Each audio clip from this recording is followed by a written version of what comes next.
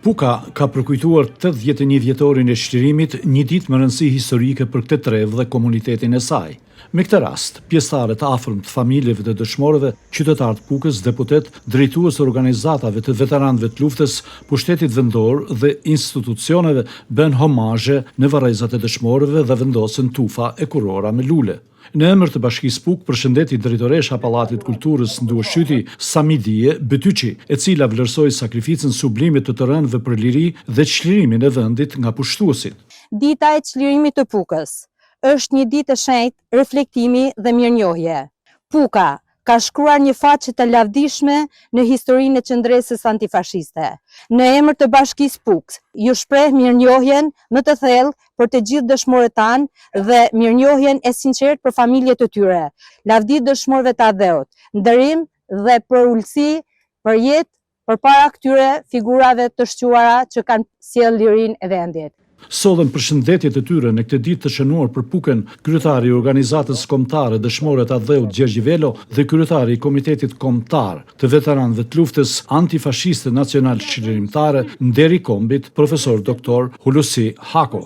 Sot në Pukë për të marrë pjesë në çlirimin e saj nga pushtuesit fashistë dhe shërbëtorët e tyre. Ditë e veçantë, ditë historike, edhe megjithëse bie Puka ka vërshuar tek monumenti i lirisë, monumenti i çlirimit, monumenti i varrezave, e djemve dhe burrave më të mirë të Pukës. Unë këtë homazh, si më i moshuari midis jush, e përqendroj tek dëshmori më i ri i kombit dhe i Shqipërisë, me të hasa, e përqendroj tek moshatari im, që ra me krye të detyrës.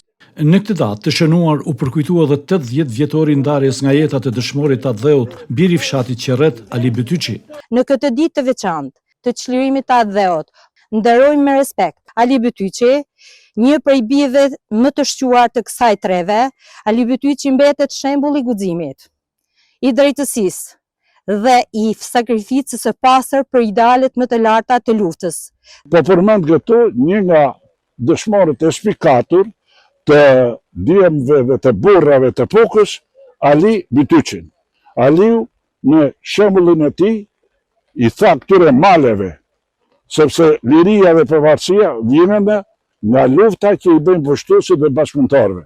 Dhe ai solli lirinë dhe lirinë ia dha dhurat familjes tij, krahinës tij, Shqipërisë tonë, për këtë drinit dhe tani më vonë Shqipërisë për këtë drinit. Si në çdo cep të Shqipërisë, fshatet trevë të saj, edhe në Pukë, gjatë kohrave të vështira të luftarave kundër pushtuesit, kanë lindur trima luftare patriot që i kanë dalë zot vendit të tyre, duke sakrifikuar dhe jetën për idealin e madh, lirinë e Adheut, të cilët kanë mbetur shembull frymëzimi ndër breza. Njëri ndër ta është dhe dëshmori i Adheut Ali Betyçi, biri i fshatit Qerret, vatër e atë dhe dashurisë dhe luftës për liri, ku thuaj se çdo shtëpi në këtë fshat ishte bazë e rëndësishme e luftës. Në 80 vjetorin e pavdekësisë së tij, Bashkia Pukë, organizata e dëshmorëve të Adheut dhe familja Betyçi organizuan një simpozium ku folës në këtë takim përkujtimor vlerësuan lart figurën e këtij dëshmori. Në kuadrin e kësaj lufte nacionale çlirimtare, mbarë kombëtare, duke fituar kështu pavdekësinë e tij si dëshmor i Adheut. Të nderuar pjesëmarrës, të ftuar dhe familjarët e familjes Betyçi dhe familjarët e tjerë të dëshmorëve të Adheut, duke ju uruar falënderimet tona si deke organizatës dëshmorëve të Adheut. Ali Betyçi është ai që na prezanton këtu, një intelektual i shkolluar, por që drejtoi çetat grupet e brigadës së 22, e qetat e terrenit dhe këtë një mos si ai.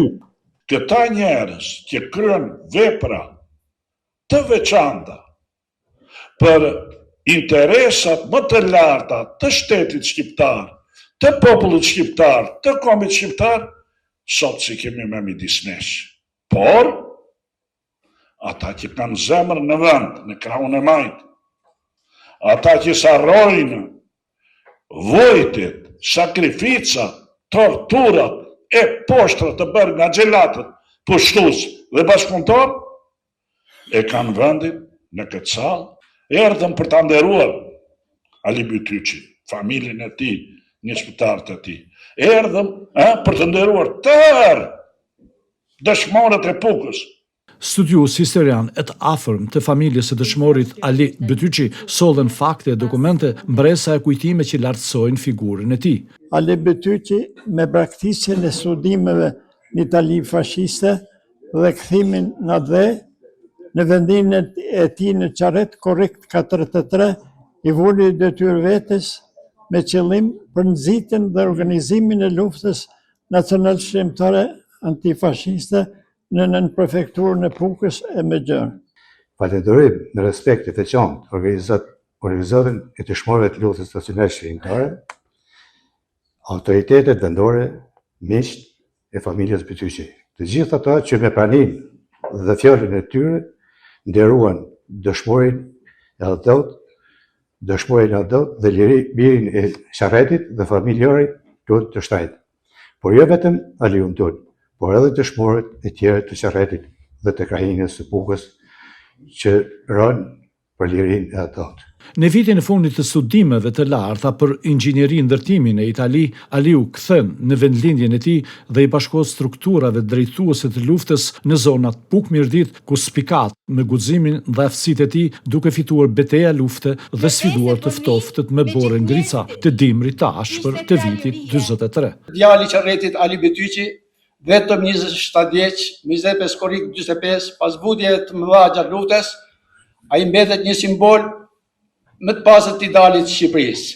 Unë kam fatin e mirë që të jem edhe mbesa Ali Betyçit dhe këtë ditë e ndjej me një peshë më të madhe, më speciale, sepse kujtoj me respekt nga familjarët e mi për kushtimin, ndershmërinë, pjesën më sublime që është jeta, që ai nuk e kurseu për lirinë e Adheut. Respekt dhe mirënjohje për jetë dhe lavdi dëshmorëve të Adheut. Aliu ishte vetëm 27 vjeç kur u nda nga jeta dhe sot, në 80 vjetorin e pavdekësisë, mbetet një figurë simbol i luftës për çlirimin e vendit, krenaria e Pukës dhe burim frymëzimi për brezat.